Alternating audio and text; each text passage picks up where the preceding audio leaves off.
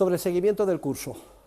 Los cursos son presenciales, la asistencia obligatoria, me obligan a pasar lista, esa es la razón de que les hayan pasado la correspondiente lista de firmas.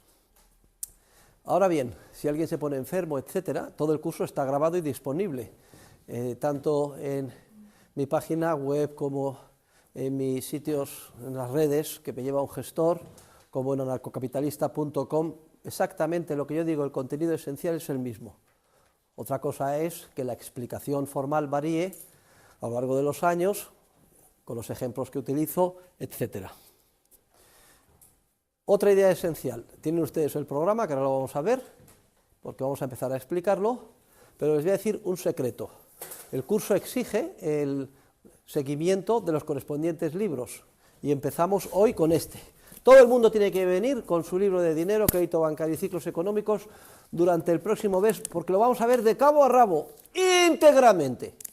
Hay dos versiones, la cara, la de lujo, la que se puede leer, y la versión para alumnos universitarios, el libro de bolsillo. ¿Alguien tiene algún libro de bolsillo por aquí? Levántelo bien para que lo vean. Vale. Todo el mundo con su libro delante, ábralo, por favor. Todo el mundo tiene que abrirlo por la página correspondiente, después de los prefacios, que se los tienen que leer todos, que es muy interesante, porque es la historia y la introducción. Capítulo 1, naturaleza jurídica del contrato de depósito irregular de dinero, página 9. Todo el mundo con su libro abierto. Alejandro, ¿dónde está su libro? Cachis en la madre. Viva la libertad, carajo. Si viene usted, si cree que se puede venir a una clase sin libro, es esencial. Bien, entre otras cosas, el libro me ahorra tener que poner en el encerado cosas, etcétera. Aun cuando alguna diapositiva importante la proyectaremos aquí. Que sea la última vez que vienen a clase sin el libro. ¿Está claro? Cuando termine dentro de un mes, ya les diré a qué otros libros tenemos que pasar. Un secreto. Resulta que ese curso que está grabado tiene una guía docente, se llama Curso por Internet de Introducción a la Economía del profesor Huerta de Soto. Pues estos son los apuntes del curso.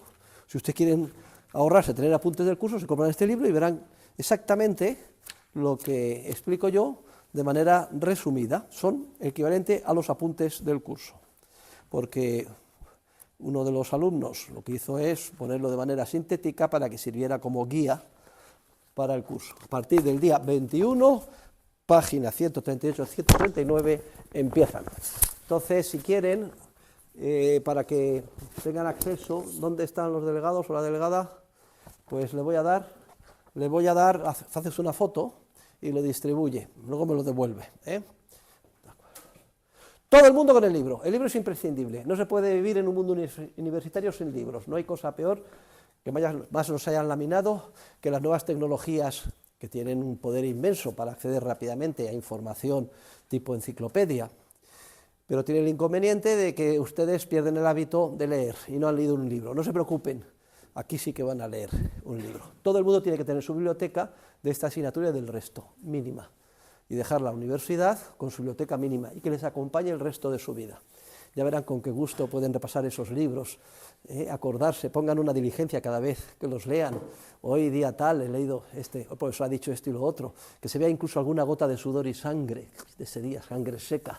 Lo recordarán con cariño conforme vayan madurando. El libro es el mejor amigo del hombre. Todo el mundo hace un esfuerzo, se aprieta el cinturón y compra el libro. Ahora bien, si hay alguien que se encuentra en una situación angustiosa, de hambre física, incapaz de adquirir el libro, si me lo justifica en una correspondiente instancia, yo tendré mucho gusto en regalárselo. Pero es un regalo envenenado, pero se lo regalaré, a condición de que me justifique todos los días que va el día en las lecturas, subrayado y en 2 colores, pero se lo regalaré. ¿Hay alguna duda al respecto? Luego nadie tiene ningún pretexto para no tener el libro. Es un instrumento imprescindible para nuestra formación intelectual.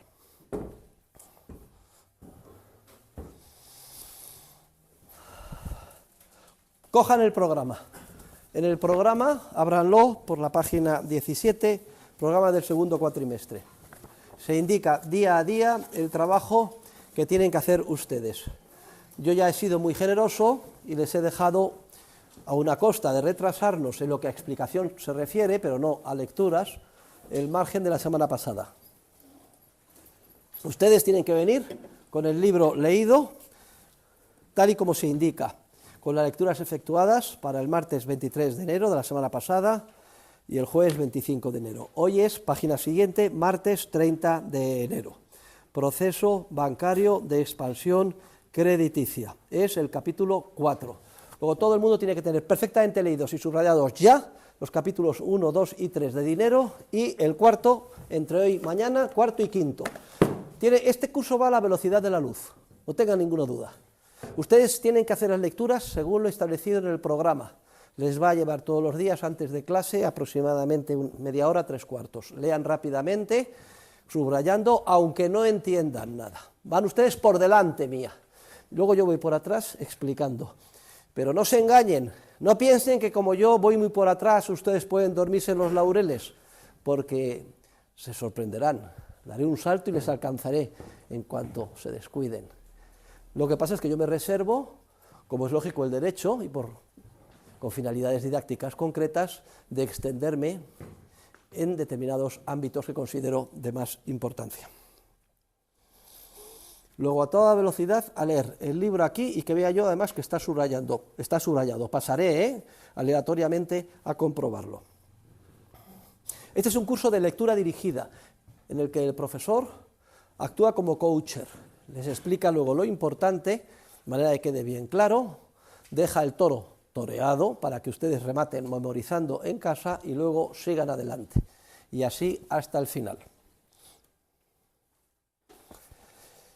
En el programa no solo se indican las lecturas que tienen que hacer, sino que hay una clave que indica qué les voy a preguntar en el examen final. Siempre que hay un epígrafe que dice memorizar, significa cae en el examen final. Por tanto, si ustedes van a la página 17, dice tema 26, la naturaleza jurídica del contrato de depósito irregular de dinero. Es lo que vamos a comenzar a explicar hoy. Y dice, memorizar el epígrafe 3 y leer el resto. Hay que leerlo todo. Memorizar el epígrafe 3 significa que el epígrafe 3 cae en el examen final. ¿Hay alguna duda? Te lo voy a preguntar. No hay ninguna duda, es certeza. ¿Sí o no? Bien. Vamos al siguiente capítulo, el capítulo 2 del libro, corresponde al tema 27. Memorizar los epígrafes 4 y 5. El resto leer. Van a caer los epígrafes 4 y 5. No hay ninguna duda. Certeza. Bien. Tema 28, dice, memorizar epígrafes 2 y 3. Van a caer en el examen final. Se lo digo para que lo sepan y así sucesivamente.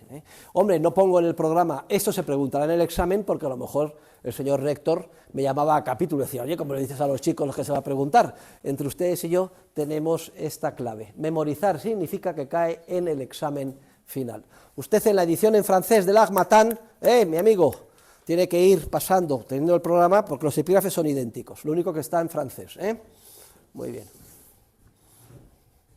Y todos los días, antes de comenzar la clase, les daré la oportunidad, por si quieren hacer alguna pregunta. Ojo con las preguntas. Tiene que ser de interés general. A lo largo de la exposición seguro que surgen dudas. Tomen nota a lápiz para que no se les olvide y al día siguiente en clase me lo hacen. Si es que sigue la duda, porque a lo mejor como las explicaciones y ustedes estudiando, las dudas desaparecen. La mayor parte de las dudas ponen de manifiesto solamente nuestra ignorancia en el proceso de formación. Conforme más profundizamos, leemos y aprendemos, las dudas quedan disipadas, pero si aún así siguen existiendo y son de interés general, por favor levanten la mano y pregunten. Si es una pregunta que tienen ustedes dudas, es más de interés particular, tienen derecho a tutoría. Se ponen en contacto conmigo, ya saben dónde está la manera de contactarme en el dorso de la primera página del programa. Y les citará alguna de mis 4 secretarias y tendrá lugar la tutoría personalizada. Por tanto, ¿hay alguna duda, pregunta? ¿Alguien quiere decir algo? Este es el momento de levantar la mano y preguntar. ¿No hay ninguna pregunta? ¿No hay ninguna duda? Bueno, pues maravilloso, me quedo encantado. Empezamos, por tanto, la explicación lectiva con el capítulo 1 del libro, Naturaleza Jurídica del Contrato de Depósito Irregular. Tomen buena nota, abran el libro por la página que les he indicado, lo vamos a seguir juntos. Es la página 9 del libro. Y hoy vamos a explicar muy rápidamente el capítulo 1 y el capítulo 2, si nos da tiempo de terminarlo, lo terminamos bien, si no el jueves, y el 3 el jueves, con lo cual ya empezamos con la parte estrictamente económica del contenido a partir de la semana que viene.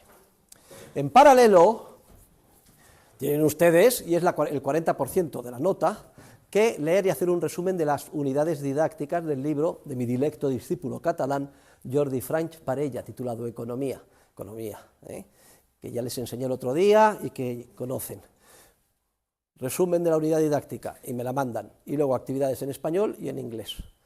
Cada 3 días o así es una unidad didáctica. Eso va en paralelo. Es lo que ustedes deberían de ya saber viniendo aquí si hubieran estudiado economía en el bachillerato. Pero bueno, damos por supuesto que unos no lo habrán hecho, otros se les habrá olvidado y por tanto van en paralelo con el libro de Jordi Franch. O sea que aquí se viene a trabajar. Somos profesionales del estudio. Quiero un grupo de alumnos y de alumnas esforzado, sacrificado y estudioso. Y recuerden lo que decía Hayek. El único placer humano que no sacia, porque todos los placeres humanos, yo qué sé, el de la gula, el sexo, etcétera, pues llega un momento en que uno queda saciado, menos uno, que es el placer por aprender, el gusto intelectual por descubrir la verdad. Y es lo que caracteriza al ser humano frente a los otros entes de la naturaleza que no están dotados de espíritu ni de comprensión. Bueno, pues, ¿qué es lo que vamos a hacer hoy? Muy sencillo.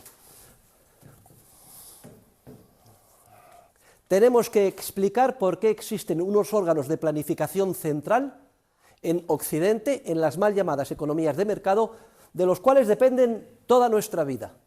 Esos órganos de planificación central se denominan bancos centrales.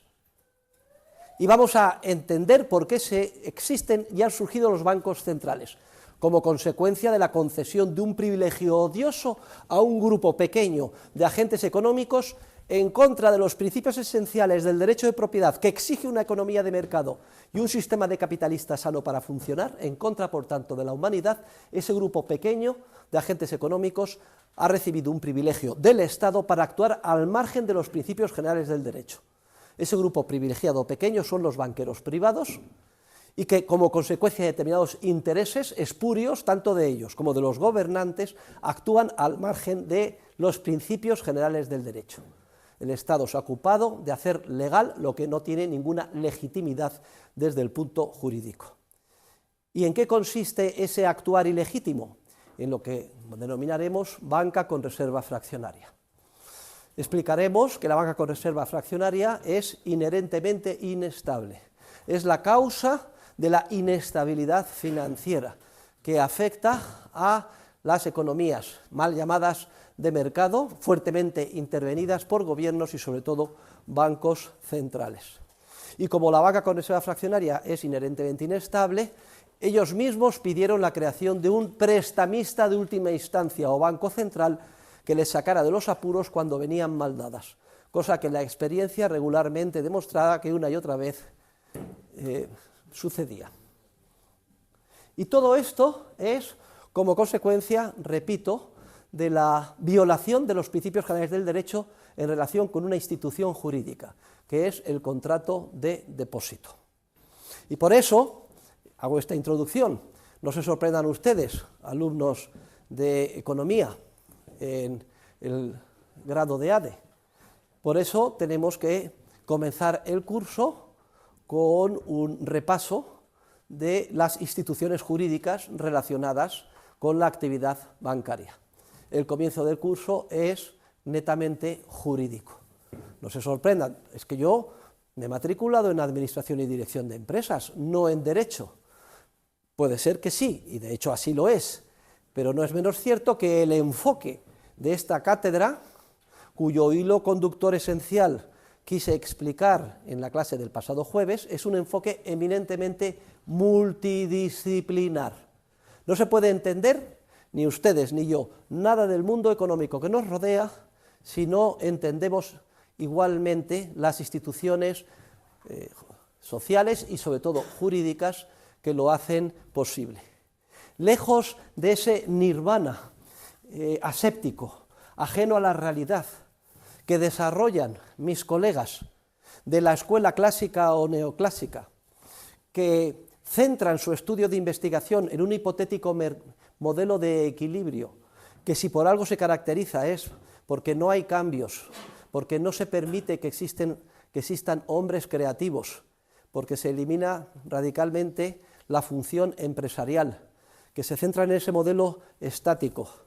Pues ellos están analizando un modelo totalmente irreal, de una manera aséptica, como si fuera dentro de una burbuja, al margen de lo que de verdad actuamos los seres humanos, del día a día de nuestras vidas y al margen de las instituciones jurídicas que lo hacen posible. La ciencia económica surge, por cierto, en las facultades de Derecho a lo largo del siglo XIX. En España no se desgaja la ciencia económica como grado o como licenciatura o estudios independientes hasta después de la Segunda Guerra Mundial. Y es una de las grandes tragedias, esta separación entre la economía y el derecho, porque resulta que los economistas, mayoritariamente mal influidos por esa concepción estática de la disciplina, se convierten en unos ignorantes en lo que se refiere a las instituciones jurídicas que informan y hacen posible la vida en sociedad. Pero no solo han salido perjudicados los economistas, también los juristas, los abogados, los estudiosos del derecho, los jueces. En ese proceso de especialización perverso terminan convirtiéndose en unos tremendos ignorantes en lo que a economía se refiere. Afortunadamente, en esta universidad, el Departamento de Economía se ocupa de dar economía en todos los grados y titulaciones, sean de tipo jurídico, social, etc. Y hemos vuelto a esta visión o enfoque multidisciplinar. Luego, el estudio con la concepción correcta de la economía, que presenté el otro día, propio de la denominada escuela austriaca, mal llamada, debía denominarse Escuela Española de Economía, que se centra en el proceso social entendido como ese orden espontáneo de cooperación entre todos los seres humanos que actúan cada día buscando sus fines y sus medios, pues va depurando unos comportamientos pautados de tipo institucional y jurídico, sin los cuales no cabe la comprensión del mundo que nos rodea. Luego, esa concepción austríaca de la economía, basada en el orden espontáneo y con el enfoque dinámico, es inseparable del estudio del derecho y de las instituciones sociales que hacen posible la vida en sociedad. Y contrasta fuertemente con el estudio matemático de las realidades económicas malentendidas que se basan en congelar el mundo y eliminar al elemento que se le considera molesto, que es el ser humano, como somos de verdad, dotado de una innata capacidad creativa para descubrir nueva información sobre los fines que nos merecen la pena y valoramos y los medios que creemos a nuestro alcance. Cuidado, mis colegas matemáticos dicen, ¿cómo que no hemos incorporado el enfoque dinámico? Bueno, han incorporado una caricatura del enfoque dinámico que consiste en que los modelos matemáticos le ponen un subíndice, T1, T2, T3, que consiste en considerar el tiempo como lo conciben los científicos de la naturaleza, es decir, como una analogía del movimiento, que consiste en estudiar lo que llaman ellos unos tipos ideales, es decir, ellos consideran al ser humano como un ser robotizado, que reacciona miméticamente hacia los estímulos o frente a los estímulos externos, como un pingüino, es decir, el protagonista de esos modelos matemáticos es un pingüino. ¿Saben ustedes cómo son los pingüinos? Viene un pingüino, ¿lo han visto en los documentales del National Geographic? Se tira un pingüino y todos los demás se tiran. Esos pingüinos robotizados es como mucho el esfuerzo de incorporar realidad que hacen nuestros colegas del enfoque matemático en la economía. Y luego desarrollan lo que llamo yo los video game economics. ¿Saben ustedes esos juegos de vídeo? Que a mí me sorprendía a mi hijo, son estupendos, de fútbol. Va dirigiendo y resulta que, joder, pues Cristiano Ronaldo se mueve y aprietas aquí y mete un gol. Uy, esto es fenomenal, parecen que están actuando y ahora con inteligencia artificial más, pero eso es simplemente un juego de ordenador preprogramado. Ahí brilla por su ausencia la creatividad del jugador, la genialidad del Messi de turno. Pongo un ejemplo de un famoso futbolista argentino, el argentino más conocido del mundo hasta que llegó su presidente recientemente.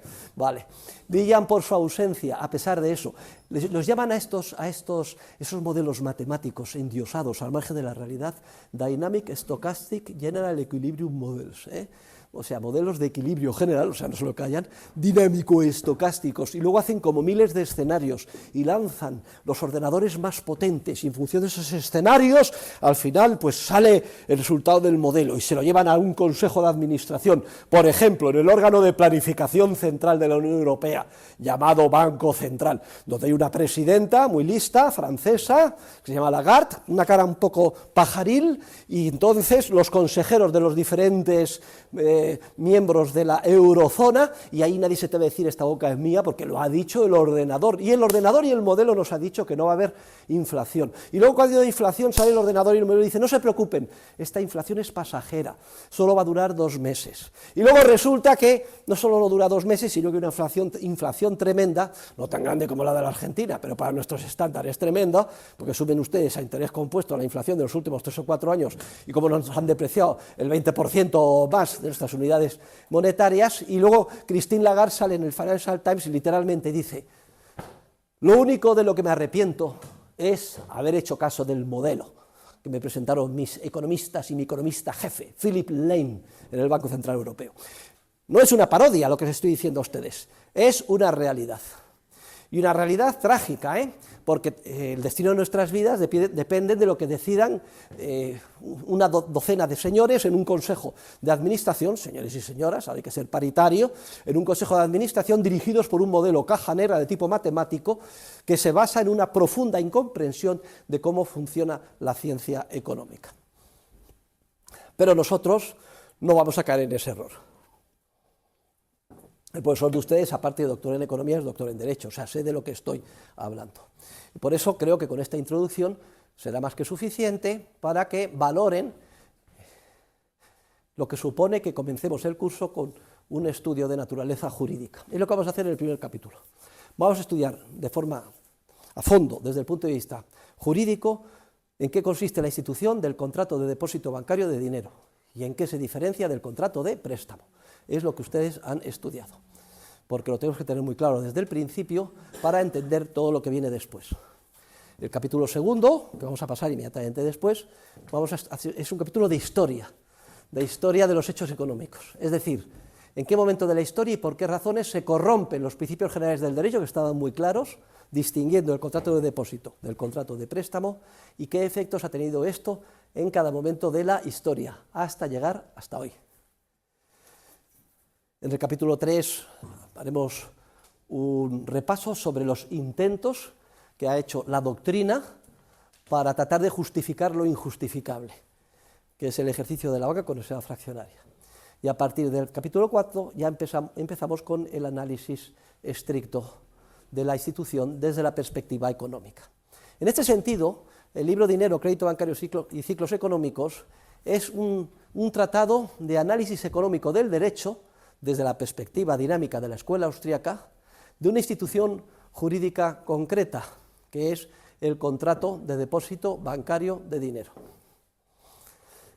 Y tengo que añadir que en todas mis obras, y esto es algo tradicional desde el punto de vista metodológico, siempre utilizo mi teoría de los 3 niveles. Un científico social debe de estudiar la realidad que le rodea en una triple perspectiva. Desde el punto de vista teórico, de la teoría económica, es a lo que nos vamos a dedicar en este curso. Desde el punto de vista histórico-evolutivo, ¿qué ha pasado a lo largo de la historia en relación con la institución que estamos estudiando? Y la historia es un arte, y para hacer historia debemos de disponer previamente de un bagaje de conocimientos teóricos que nos permita interpretar lo que sucede a nuestro alrededor. Y la tercera pata es la perspectiva ético-moral. La ciencia económica es Wertfreiheit, es una ciencia libre de juicios de valor. Pero como científicos sociales no solo debemos de utilizar los conocimientos de la ciencia económica, sino además interpretar la historia a la luz de la ciencia y de la teoría, y también estudiar una disciplina separada y distinta, que es la moral. ¿Qué es lo correcto? ¿Es posible construir una moral objetiva?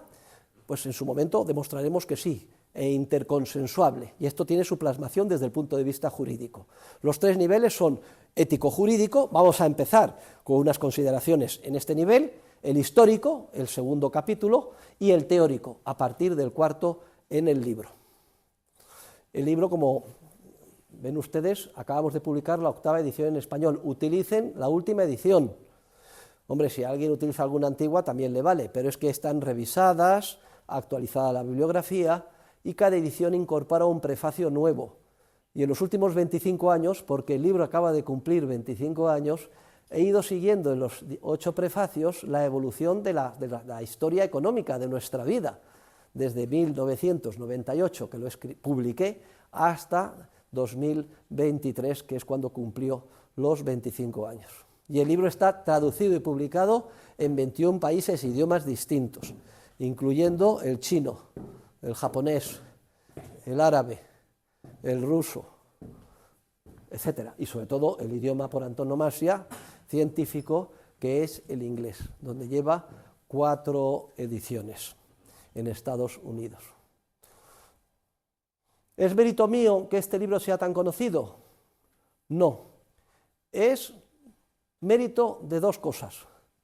Primero, de la noble tradición de la que procede, que es de la escuela austriaca, en la que yo me he ido formando, recogiendo esa tradición y en la medida de mis posibilidades depurándola y enriqueciéndola con mis contribuciones, pero también es mérito de que el libro salió en el momento adecuado, porque a partir de 1998 se organizó una burbuja especulativa de expansión crediticia, parecía que se había alcanzado un círculo virtuoso, decían los grandes gurús de los bancos centrales, Alan Greenspan, etcétera, y que por tanto ya no iba a haber ningún problema económico, y solamente los teóricos de la escuela austríaca avisaron de que todo tenía los pies de barro e iba a terminar en una profundísima recesión económica, como así sucedió en el año 2008. Todos los colegas, que mayoritariamente se basaban en esos modelos grandiosos, Dynamic Stochastic General Equilibrium Models, etcétera, fracasaron, a pesar de los millones y millones de dólares dedicados a elaborar esos modelos, modelos informáticos, a pesar de los millones y millones de dólares invertidos, iba a decir, centenares de millones, miles de millones en pagar a funcionarios y a los más brillantes economistas salidos de las más prestigiosas universidades en Estados Unidos, en la Unión Europea, etcétera, todos ellos fracasaron miserablemente. Y esto ha producido que nuestra ciencia haya entrado en una situación de profunda crisis.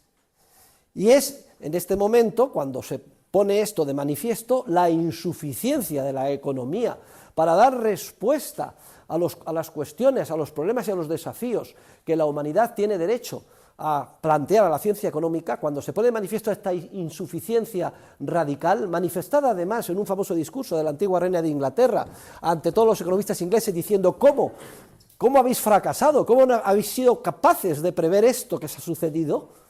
Los dejó a todos en ridículo.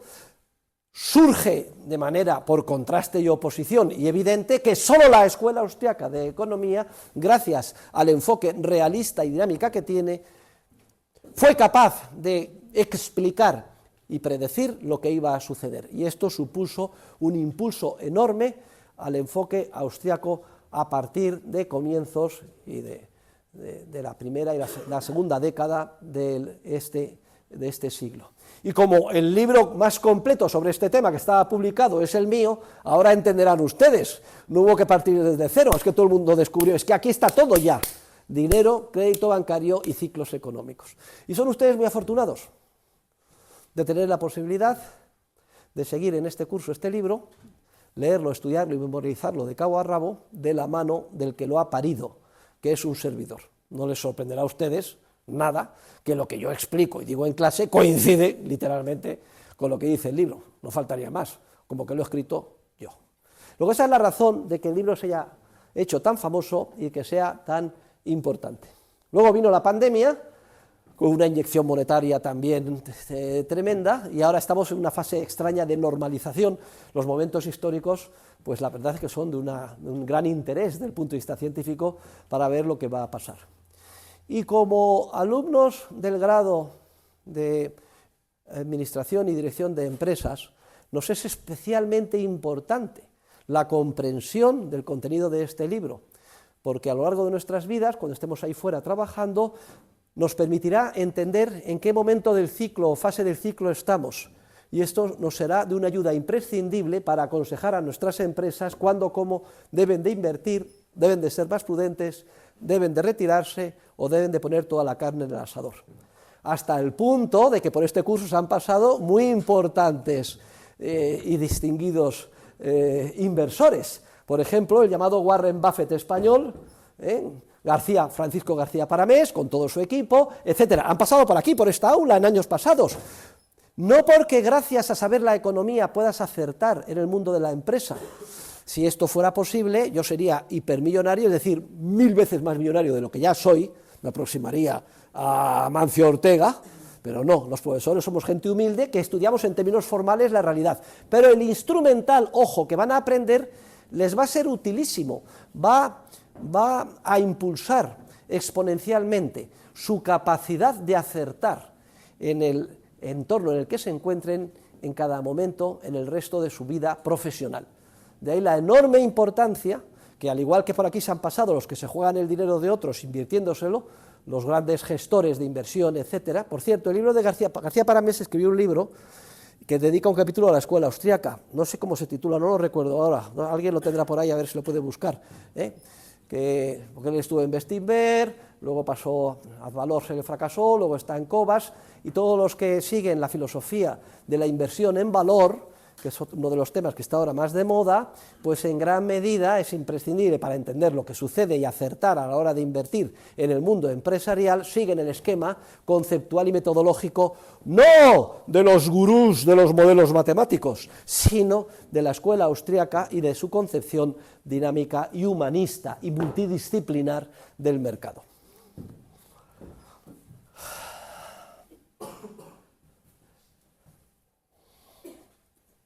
Existen dos contratos radicalmente distintos.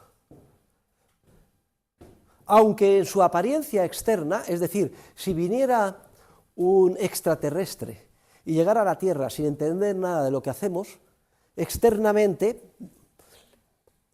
pensaría que son la misma cosa. Sin embargo, en cuanto a su esencia y lo que suponen, son radicalmente distintos. Uno es el contrato de préstamo y otro es el contrato de depósito. Hombre, lo que voy a explicar ahora no hay que ser Einstein para entenderlo, porque el que más o el que menos sabe, ya hemos intervenido, aunque seamos jóvenes, en préstamos. ¿Qué es el préstamo? El préstamo de una cosa o de dinero es un contrato en el que una persona entrega a otra esa cosa para que durante un plazo la use y disfrute y luego la devuelva. Los préstamos pueden ser de dos tipos, queridos alumnos, bien de cosas específicas o de bienes fungibles. Vamos a explicar el primero y el segundo y sobre todo aclarar el concepto de bien fungible, que a lo mejor no es algo evidente para los que están aquí. El préstamo de una cosa específica es muy sencillo. Oye, mamá, cualquiera de mis alumnas, seguro que lo han hecho, ¿me prestas unos pendientes este fin de semana que tengo una boda? Y las madres, que son muy generosas, venga, hija, te los presto, ponte, uy, qué bien te quedan, pero cuídamelos bien, ¿eh? Sí, mamá, no te preocupes. Y la chica se va a la boda, es la más guapa, liga, bebe, se lo pasa fenomenal, y al día siguiente, o 2 días después, mamá, muchas gracias, aquí te devuelvo los pendientes. Eventualmente, porque a lo mejor se le caen y pierde uno, entonces se organiza una tragedia. Papá, ¿Me prestas el coche este fin de semana que voy a hacer un viaje con los amigos? Bueno, sí, hijo, te lo presto, pero ya sabes que no me gusta que corras, y si bebes no conduzcas. ¿Y con quién vas a ir? Pues con fulanito, fulanito, pero ¿no van niñas? Sí, va alguna. Bueno, pues mucho cuidado con lo que hacéis en el coche, y a ver cómo me devuelves el coche el martes. El préstamo de cosa específica, con los dos ejemplos que he puesto, pedir prestado un traje, o pedir prestado los pendientes, o pedir prestado el coche, se le llama comodato. Y ustedes dirán, comodato, pero menudo insulto, pero ¿por qué comodato? Pero ¿de dónde ha salido esa palabra? Y es que todo el derecho tiene origen romano, de la Roma clásica. Sobre esto vamos a hablar después en clase. Y ya los jurisconsultos de la época del derecho clásico romano, de siglo I o II antes de Cristo, denominaron en latín comodatum al préstamo de cosa específica. Nos prestan la cosa para que nosotros la usemos y la cuidemos como un buen padre de familia durante un periodo de tiempo, con la obligación de devolverla transcurrido el correspondiente plazo. Ahora bien, hay otro tipo de préstamo, que es el préstamo de lo que se denominan bienes fungibles. Los bienes fungibles, es importante, la definición de los bienes fungibles la tienen ustedes precisamente en la página 10. Vayan a la página 10, nota a pie de página número 4. Dice, son fungibles las cosas que pueden sustituirse por otras de la misma categoría. Es decir, las que no se toman en consideración individualmente o de forma específica, como por ejemplo el coche, los pendientes, etcétera, sino en cantidad, peso o número de medida. Eso es el concepto de un bien fungible. Y también se efectúan préstamos de bienes fungibles. Bienes fungibles son aquellos con los que nos relacionamos no en términos de su especificidad concreta, sino en términos de su género, cantidad y calidad. En latín a esto se le llama tantundem. Tomen buena nota, tantundem. Es el equivalente en cantidad o calidad. Les voy a poner un ejemplo de un préstamo de un bien fungible, sobre todo porque muchos de ustedes es la primera vez que entran en contacto con esta terminología y esta realidad para que la entiendan, pero además es un ejemplo muy sencillo de entender. Nos hemos independizado, vivimos en un piso con unos amiguetes y vamos a organizar una fiesta. Que cada uno va a traer su botellita, sus copas, y yo pues voy a hacer unas tortillas de patatas. Y me voy a organizar a hacer mis tortillas de patatas y resulta que, ¡anda!, no tengo aceite. Tengo las patatas, no me da tiempo, ya han cerrado la tienda, solo tengo una hora, ¿qué puedo hacer? ¡Chum! La bombilla empresarial se nos enciende. La vecina, es que tengo una vecina que es adorable. Además, ya me ha echado el ojo alguna vez. Incluso hemos tonteado en el ascensor. Vamos a ver si tengo suerte. Voy a la puerta de enfrente, ding dong, y me abre la vecina. Hola, fulanita, mira, perdona que te moleste, es que estoy en una situación angustiosa, hombre, dime. Uy, ¿tendrías inconveniente en prestarme 1 litro de aceite de oliva? Fíjense, ¿tendrías inconveniente en prestarme 1 litro de aceite de oliva? Entonces la vecina pues le da un pequeño hueco el corazón, es que mira, vamos a hacer unas copas y me voy a hacer una tortilla de patata, además si me lo prestas, estás invitada desde luego. Y entonces la vecina, ni corta de perezosa, va y dice, pues fíjate qué casualidad, tengo aquí en la despensa 1 litro de aceite de oliva virgen carbonel. Se lo coge y se lo entrega. Esto hoy en día cuesta una fortuna, porque el precio del aceite se ha multiplicado por 3, pues puede costar 30, 40, ya no sé, puede costar euros. ¿Alguien lo sabe? ¿Cuánto vale 1 litro de aceite? Pues una barbaridad. Ustedes nada, aquí nadie toma aceite de oliva, todo el mundo aceite de garrafón, marca blanca, de cacahuete. Bueno, pues supongamos que esta la habría regalado a alguien, tiene 1 litro de aceite de oliva. Y se lo entrega al vecino. Y el vecino dice, oye, muchas gracias, me has salvado la vida, etcétera. Dice, gracias por el préstamo. Te prometo, eso el sábado, por ejemplo, que el lunes, en cuanto abran las tiendas, te lo devuelvo. Y ahí se cierra el trato. Es un préstamo. Pero es un préstamo no de cosa específica, sino de un bien fungible, que es aceite de oliva. Y entonces está bien entendido que lo que va a devolver el vecino no es exactamente esa misma botella con ese mismo aceite. Eso es absurdo, porque precisamente lo pide prestado para poner todo el aceite en un pan, ¿cómo se dice en español? En una sartén, sí, panes en inglés, en una sartén, poner todo el aceite y luego ya pues echar los huevos, etcétera, y hacer la tortilla de patata en la sartén. Como es lógico, el aceite se queda lleno de impurezas, se estropea, etcétera.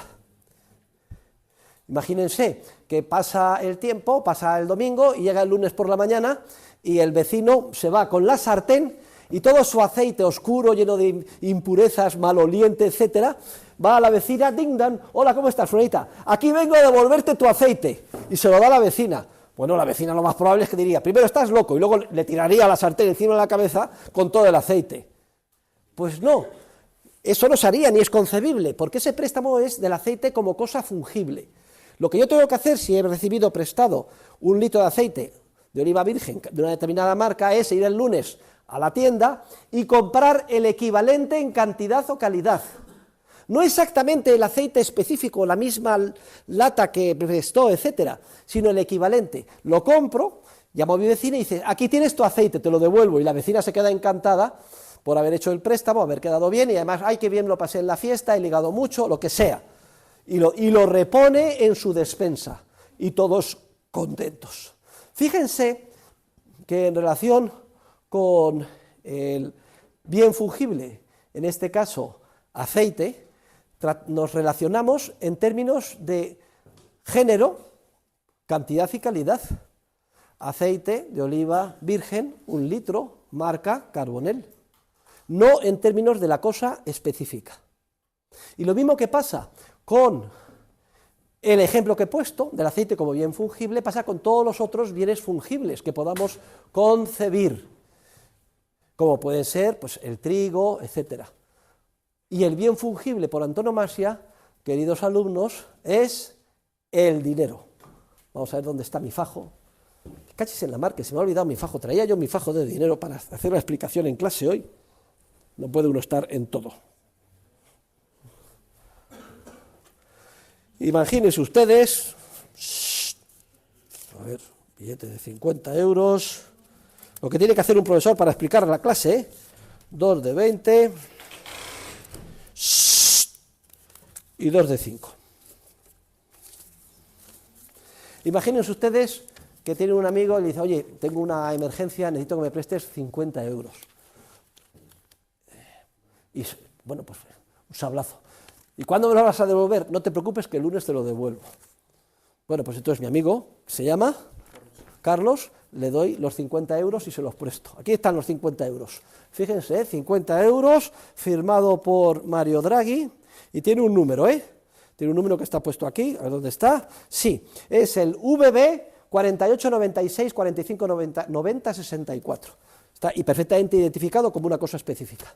Pero claro, si él me pide el dinero prestado, no es para tenerlo en su cartera o ponerlo en un marco y estar todo el fin de semana viéndolo, es porque lo necesita, se lo va a gastar o a pulir, va a salir con la novia, va a pagar lo que sea, va a salir a cenar y se lo va a gastar.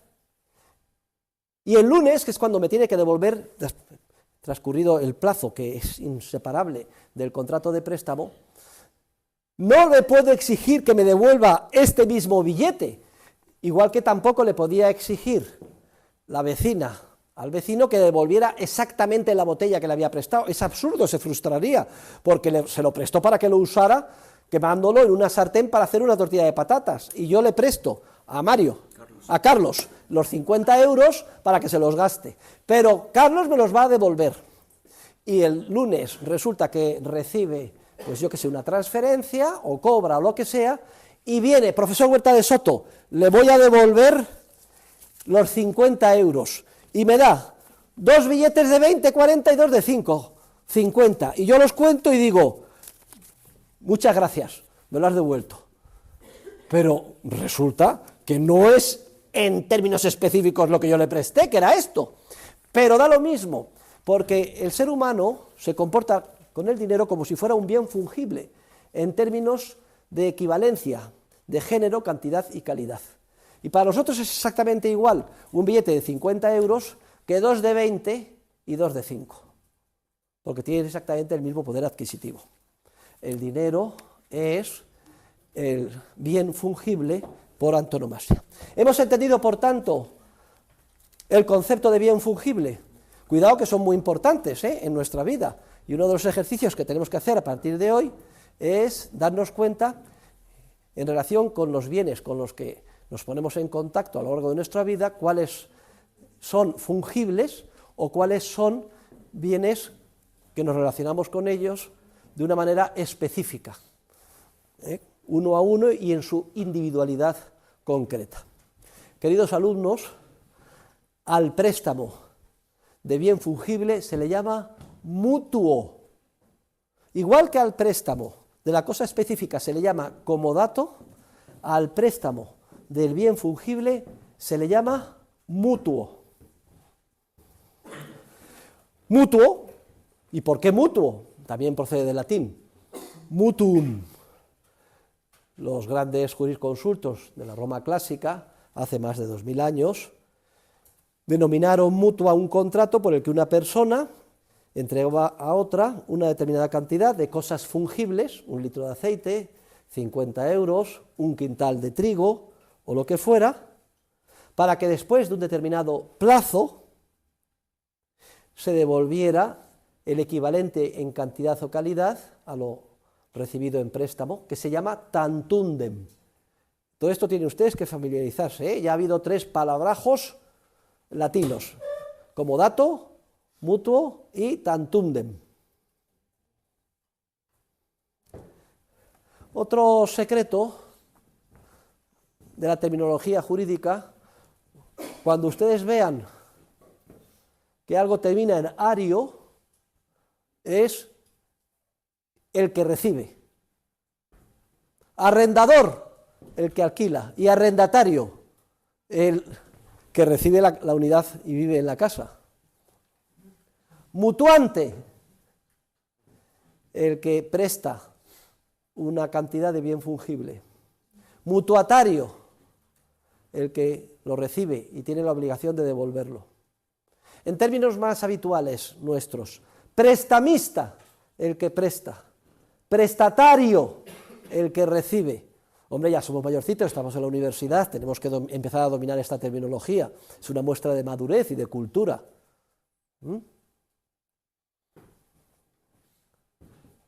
Comodante, el que presta una cosa específica; comodatario, el que la recibe y la tiene que devolver. El préstamo de cosas fungibles, en el que hay un prestamista y un prestatario de una cosa fungible, que también se llama mutuo, se caracteriza por que siempre tiene que tener un plazo. Eso es imprescindible, si no, no cabe concebir la institución jurídica. Plazo transcurrido el cual el prestatario que recibe la cantidad de bien fungible se compromete a devolver al prestamista o mutuante lo que éste le había prestado. No cabe concebir un préstamo sin plazo.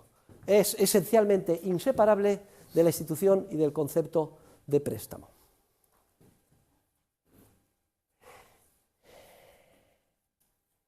Y en el préstamo de bienes fungibles en general, y sobre todo en el préstamo del bien fungible por antonomasia, que es el dinero, se dice siempre que hay un intercambio entre bienes presentes y bienes futuros.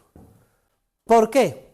Porque si yo le presto a Carlos 50 euros, él recibe bienes presentes en forma de 50 euros y ya puede utilizarlos a su antojo. Es decir, le he trasladado la plena disponibilidad de los 50 euros. La propiedad de los 50 euros pasa a ser suya, del prestatario. Y mientras dura el periodo del préstamo, él puede hacer lo que quiera con los 50 euros. Yo no le he preguntado para qué lo necesita, aunque a lo mejor él me lo ha dicho, pero se lo puede gastar en eso o en otra cosa. Es irrelevante. Luego yo renuncio a la disponibilidad de bienes presentes, tenía una disponibilidad de 50 euros que pierdo, y se la traspaso a él. Y él gana esa disponibilidad, propiedad y uso durante el periodo o plazo de tiempo estipulado en el préstamo, transcurrido el cual tiene que devolverme los 50 euros. Por eso se dice que hay un intercambio en todo préstamo entre bienes presentes y bienes futuros. Intercambio, un bien presente que yo renuncio cuando presto al prestatario, a cambio de recibir yo un bien futuro. Es decir, cuando yo te presto, pierdo la disponibilidad del bien presente porque la entrego, pero a cambio tengo el derecho de percibir un bien futuro. ¿Cuándo? El lunes, dentro de un mes, 3, 6 o dentro de un año, que me entregará o me devolverá lo que recibió en préstamo. Como eso todavía no ha sucedido, se llama bien futuro. En todo préstamo hay un intercambio entre bienes presentes y bienes futuros. Y en el préstamo de bien fungible, por antonomasia, se produce un fenómeno curioso. Y esta es una de las leyes esenciales más importantes de la economía, que la vamos a ver con detalle cuando empecemos la teoría del capital, el capítulo 5 del libro. Y es que el ser humano real, como somos todos ustedes y yo, todos los hombres y todas las mujeres, lo que pretende es alcanzar los fines de valor. El ser humano continuamente es capaz de descubrir fines u objetivos que le merecen la pena, que tienen un valor subjetivo. Y entonces lo que hacemos es, no como pingüinos robotizados, esa especie de agente representativo, es el término que utilizan, o tipo ideal en los modelos matemáticos, sino como seres humanos de carne y hueso, en un entorno de incertidumbre ineradicable, lo que hacemos es movilizar nuestra voluntad y actuar, superando una serie de etapas sucesivas, buscando medios a nuestro alcance, cooperando con los demás de manera voluntaria, para lograr el tan ansiado fin. Y lo que nos separa al ser humano del tan ansiado fin siempre es un determinado periodo de tiempo. Pero ojo, no entendido en su sentido cronológico como analogía del tiempo, es decir, tantas horas, etcétera, sino en su sentido praxeológico, o en términos de teoría económica o en teoría de la acción humana, praxis, acción en griego, logos, pensamiento, tratado. Y el ser humano, precisamente, sentimos como seres humanos el fluir del tiempo conforme actuamos y vamos superando las diferentes etapas de ese apasionante proceso de acción que bien de manera explícita o implícita hemos concebido que es preciso ir culminando antes de alcanzar el tan ansiado fin. Luego, lo que nos separa del momento presente, respecto del momento futuro en el que pensamos alcanzar el tan ansiado fin, es un periodo de tiempo. Como el ser humano lo que quiere es alcanzar el fin que valora, es clarísimo que cuanto antes alcance ese fin, mejor. O dicho de otra manera, que entre dos fines idénticamente valorados por el ser humano en todos sus aspectos específicos, que solo se diferencien en una cosa, en cuanto a su disponibilidad en el tiempo, uno más alejado y otro más próximo, el ser humano, a igualdad de circunstancias, siempre elegirá el fin más próximo en el tiempo, porque lo que pretende es alcanzarlo. Lo que nos separa es un periodo de tiempo y, por tanto, cuanto menor sea el periodo de tiempo, mejor.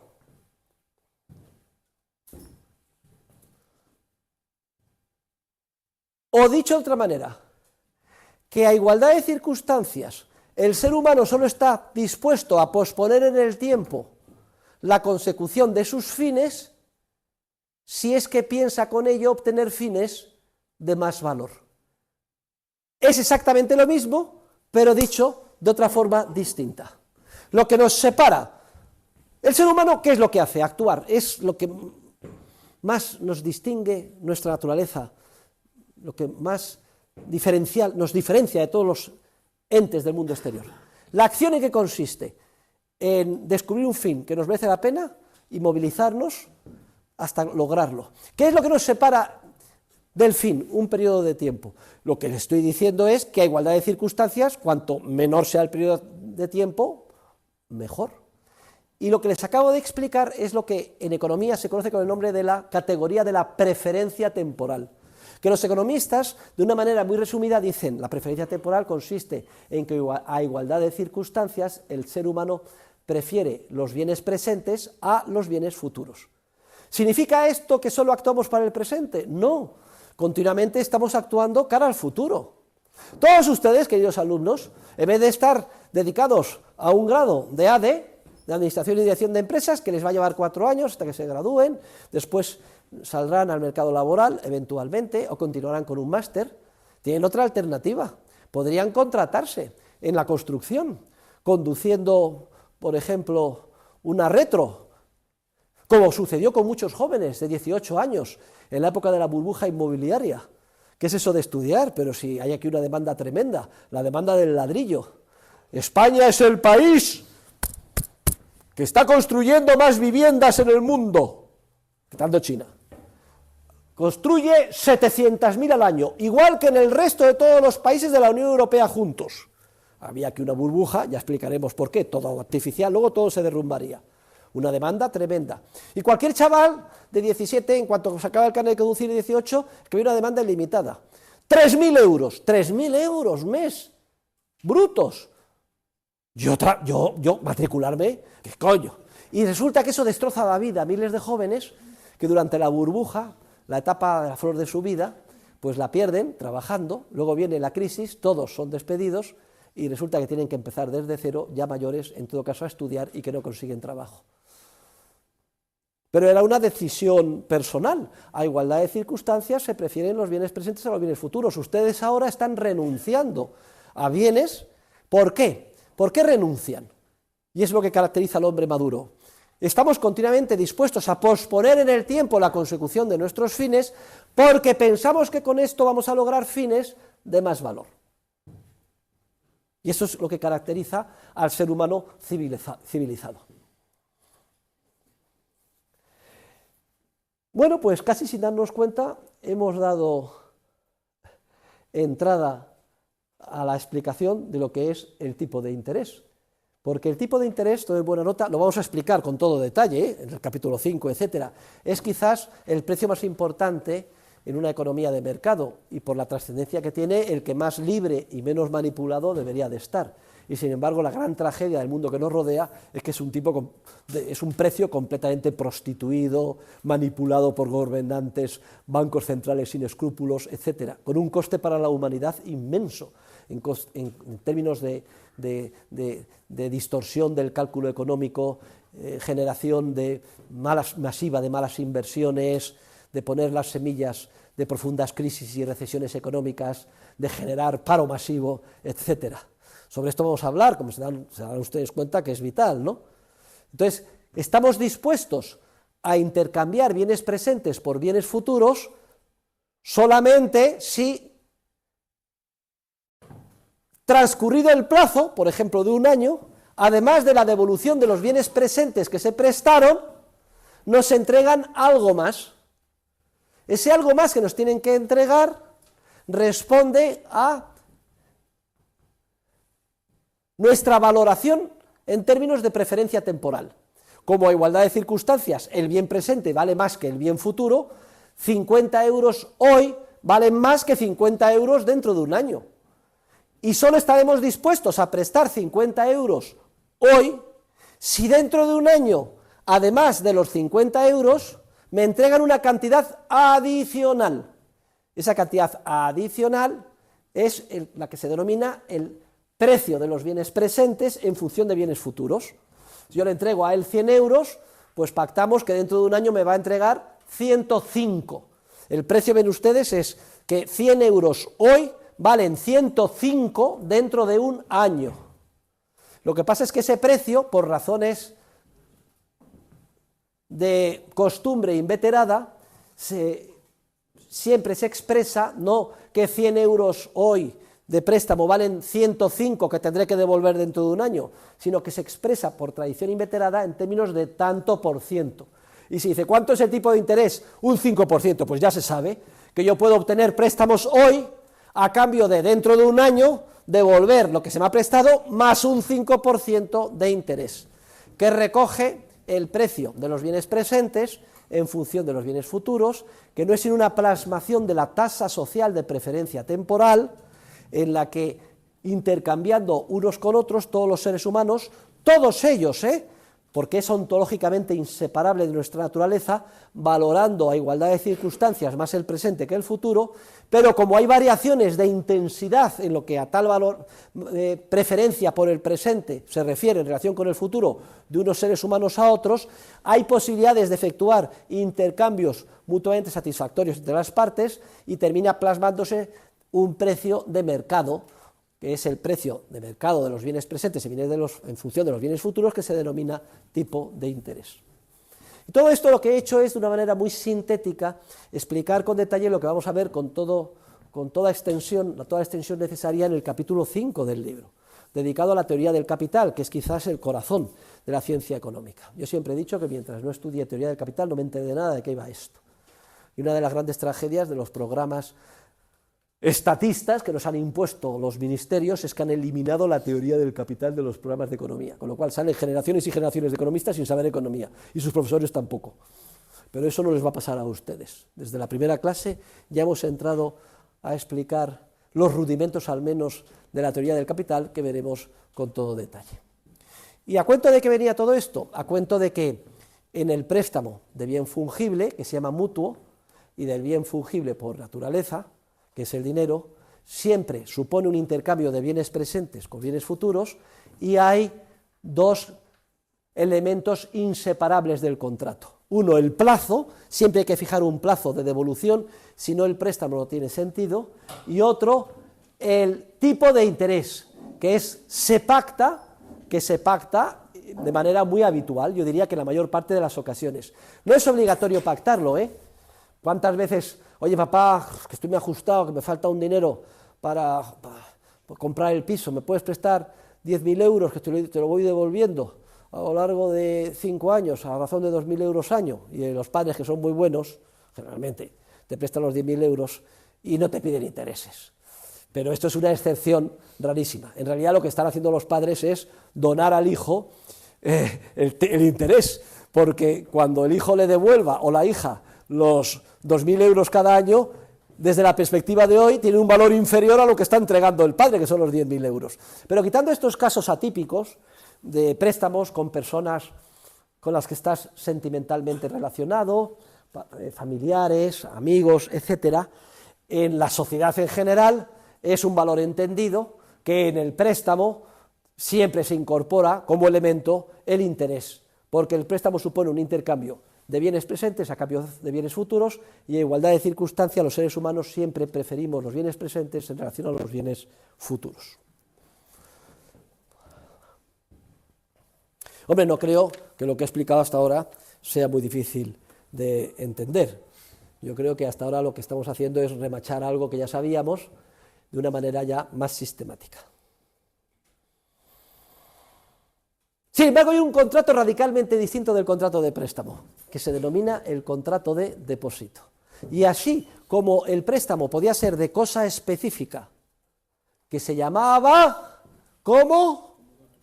Qué bien están, qué ágil están ustedes de mente hoy, comodato, o préstamo de bien fungible, que se llamaba mutuo, también el depósito puede ser de cosa específica o de cosa fungible. Pero previamente, de manera general, vamos a definir, vayan ustedes a la página 11, en qué consiste el contrato de depósito. El contrato de depósito es un contrato por el que una persona entrega en depósito a la otra una cosa, que puede ser específica o un bien fungible, con la obligación de guarda o custodia, y manteniendo siempre para sí la plena disponibilidad de la cosa. Fíjense ustedes qué radicalmente distinto es el contrato. Aunque en su apariencia externa un observador no versado que no conociera las relaciones humanas pudiera dejarse engañar, porque en ambos contratos, préstamos y depósitos, el extraterrestre, por cierto, había una novela, a ver si alguien me descubre, una novela famosísima, bueno, muy divertida, de un extraterrestre que aterriza en Barcelona y no entiende nada de lo que ve. Ay, A ver si alguien... vamos, te reías las tripas. Imagínense que llega el extraterrestre a la Tierra, y pues entonces ve pues que en ambos casos hay una hija que habla con su madre y la madre le da unos pendientes. Y dice, pues esto es lo mismo. Y luego, transcurrido un periodo de tiempo, la hija le devuelve los pendientes. Él, el que no sabe nada desde fuera, piensa, son la misma cosa. Para un observador externo que no entienda la esencia de lo que está sucediendo, son la misma cosa. Y sin embargo, el contrato de depósito y el de préstamo son radicalmente distintos. Porque en la primera observación que ve el extraterrestre, resulta que la hija le está diciendo, mamá, ¿me puedes prestar unos pendientes para ir a la boda que te los devuelvo el lunes?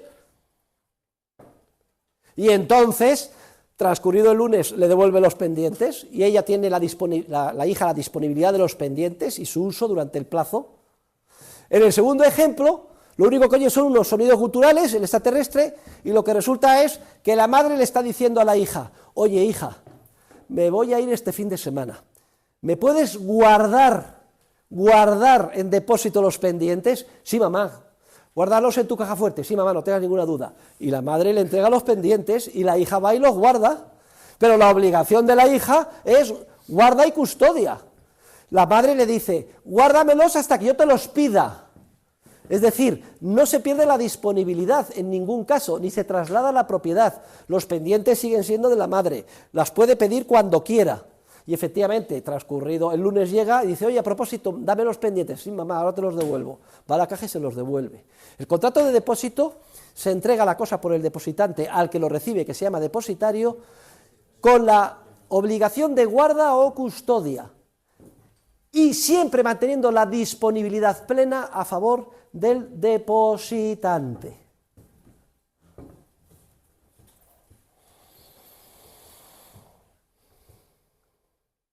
En el contrato de depósito no hay plazo de duración, simplemente lo deposito para que tú me lo guardes hasta que yo te lo pida. No hay plazo, está ahí. ¿Y por qué te lo doy? Porque estoy más seguro, porque me parece mejor, porque no lo tengo que guardar yo, etcétera. Pero está a mi plena disponibilidad. Los seres humanos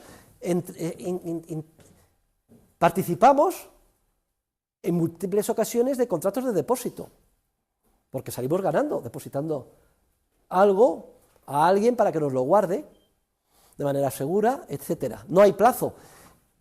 Los depósitos son todos, están ahí, como la disponibilidad siempre está a favor del depositante, están ahí como si dijéramos en una situación latente o pendiente de que en cualquier momento que quiera el depositante vaya por ellos, por el bien depositado, a retirarlo. También se dice que son contratos de depósito, son siempre a la vista. Side deposits, ¿qué significa? Pues que estamos como echando, sabemos que los pendientes están ahí y, oye, ¿los tienes ahí guardados? No, sí, bien. Fíjense ustedes, aun cuando la apariencia externa para un observador que no sepa interpretar bien lo que se está haciendo sean iguales, sin embargo, son contratos radicalmente distintos. El depósito puede ser de una cosa específica. Por ejemplo, yo tengo un cuadro muy importante y se lo doy a una empresa especializada en guardar obras de arte en depósito. Puede ser lo que he dicho antes, una joya que tengo, pues se lo doy a una persona para que me las guarde, una persona de confianza.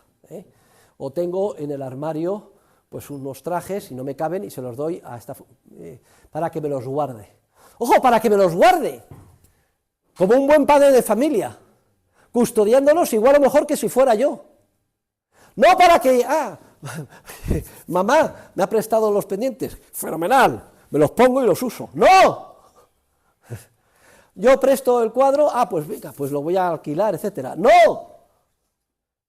Si el depositario se apropia para sus usos particulares, como si hubiera recibido la disponibilidad de la cosa que no la ha recibido, comete un delito de apropiación indebida en todos los códigos penales del mundo y va a la cárcel 4 años.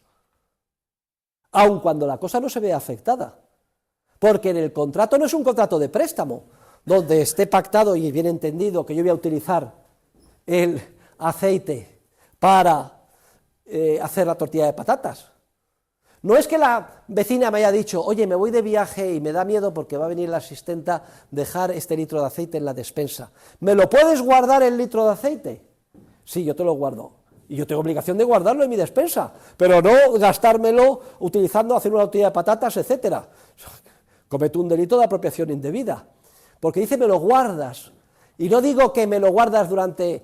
Es que a lo mejor me arrepiento y te lo pido ahora, dentro de 10 minutos, dentro de una hora, mañana por la mañana, en cualquier momento. Es que tú solo tienes que guardarlo, custodiarlo. No hay plazo en el depósito. El contrato de depósito de cosa específica se llama contrato de depósito regular.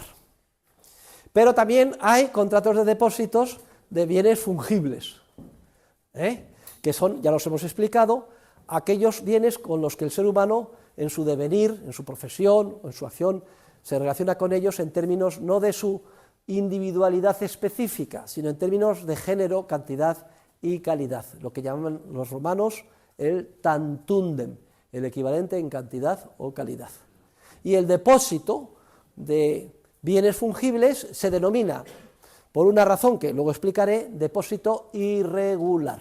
De la misma forma que el préstamo de cosa específica se llama comodato y de bien fungible mutuo, el depósito de cosa específica se llama depósito regular, que se distingue del depósito de bien fungible, que se llama depósito irregular. Vamos a ver depósitos de bienes fungibles. A ver, ¿quiénes de ustedes tienen relación con el mundo de la agricultura? O simplemente ha ido por los campos de España, por los campos de Castilla, yo no sé si por las grandes extensiones donde se cultiva grano en Argentina, pero en España, pues en toda Castilla, en los diferentes pueblos, de pronto se ve una torre, y se pregunta, ¿y eso qué es? Y dicen, eso es un silo. ¿Y qué es un silo? Es un almacén donde se guarda en depósito trigo de determinada calidad. Los diferentes agricultores de la zona, una vez que cosechan su trigo, en vez de guardarlo, que a lo mejor no reúne las características necesarias en su almacén particular de su granja, recurren a un profesional que se dedica a la guarda y custodia del trigo. Y entonces él va recibiendo, ese profesional, quintales y quintales de trigo de los diferentes agricultores, de la cantidad y calidad de esa zona, etcétera. Trigo, por ejemplo, candeal, yo qué sé, de la tierra de Baños, etcétera. Y mira, he tenido una buena cosecha y aquí te trae 10 quintales de trigo. Pues fenomenal. Lo meten con una máquina en el silo y le dan un certificado, el dueño del silo, fulanito de tal me ha entregado 10 quintales de trigo, y se lleva el certificado. Y se queda muy contento porque el agricultor dice, ¡ay, qué bien! Esa instalación es mucho mejor, el trigo es seco, no hay humedad, no va a coger hongos, me lo guarda, incluso casi siempre los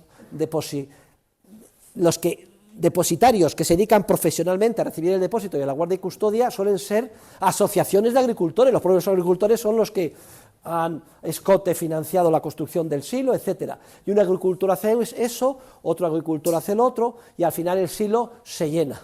Y cuando llega la época de vender el trigo en los mercados nacionales o internacionales para harina o por lo que sea, cada uno viene con su certificado. Oye, ¿me puedes dar mi trigo? Bueno, eso de mi trigo, entre comillas, porque obviamente, ¿qué son 10 quintales? Pues se abre, no sé si lo han visto, el silo y empieza a caer el trigo hasta que ya son los 10 quintales de peso y se para. Muchas gracias, y se va. Pero obviamente, el depositante original que había entregado en depósito su trigo no exige que le den exactamente los granos, estaría loco si todos los granos del quintal estuvieran numerados. No, yo quiero mis granos de trigo. No, hombre, no. El trigo nos relacionamos con él como bien fungible en términos de cantidad o calidad, y por tanto me quedo contento con que me den el equivalente a lo que yo deposité en cantidad o calidad, aunque ninguno de esos granos originales que yo entregué sean los que me den, porque están abajo del trigo y empiezan por arriba y son los de otro, pero es irrelevante, porque me relaciono en términos de cantidad o calidad. La obligación del depositario es guarda o custodia. y además como un buen padre de familia y como un profesional. Y mantener siempre el trigo a disposición de los depositantes, porque en el depósito no hay plazo, sino que está ahí disponible para que en cualquier momento que quiera cualquier depositante originario vaya con su certificado a retirar todo o parte del trigo que depositó y que ahora le hace falta. Es un depósito a la vista. Y todos entenderán que si, sin que lo sepan los depositantes, o aunque lo sepan, me apropio de la mitad del trigo para operar en el mercado de futuros de Chicago, en ese momento se comete un delito de apropiación indebida y según el Código Penal español y todos los códigos del mundo occidental va a la cárcel 4 años. Y no vale decir que es que, hombre, pero si yo sé que estos tontos de agricultores normalmente no me retiran nunca la mitad del silo, porque va a estar ahí el silo ocioso esperando, Es lo mismo que se dice, el típico delito de apropiación indebida, ¿no? Yo soy el cajero de esta empresa y tengo una tentación. No se entera el jefe, no se entera nadie, me llevo la caja el viernes a mi casa y me voy al Casino de Madrid en Torrelodones. Blanco y rojo, rojo y negro, no sé, yo no estoy, la ruleta, al rojo, todo, rojo, bingo, me dan el doble. Y entonces yo, como soy muy listo, me voy a mi casa, me quedo con una mitad y el lunes por la mañana repongo. Y aquí no se ha enterado nadie y no he hecho nada malo. ¿No he hecho nada malo? El delito de apropiación indebida se comete en el viernes que te llevaste lo que estaba bajo guardia o custodia por ti. Y vas a la cárcel 4 años, con independencia de que hayas devuelto.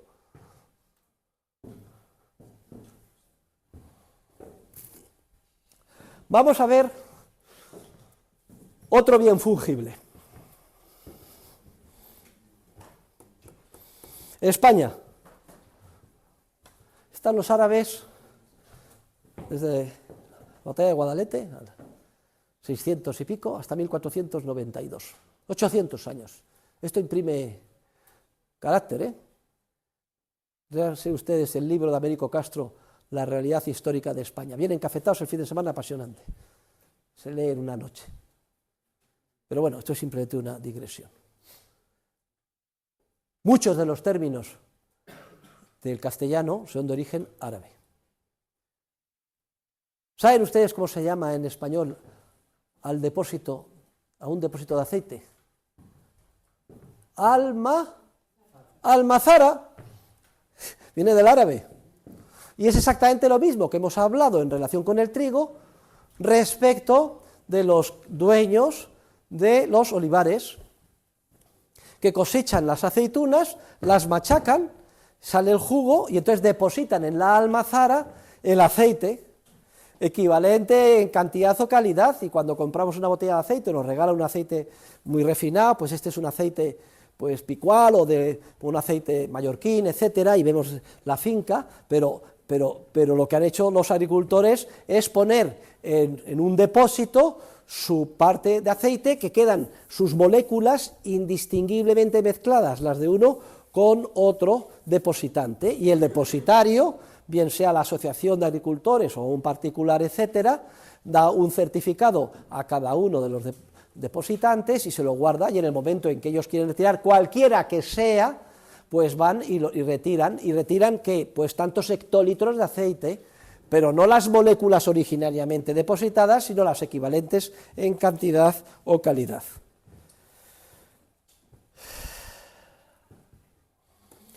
Y como explico en la página 13 del libro, los depósitos de bienes fungibles, también llamados depósitos irregulares, cumplen una función económica y social muy importante, porque desde el punto de vista de la seguridad, desde el punto de vista del coste, es más barato, más seguro mutualizar el depósito de forma conjunta con otros depositantes que tienen la misma finalidad, que es conseguir la guarda o custodia de su correspondiente bien fungible.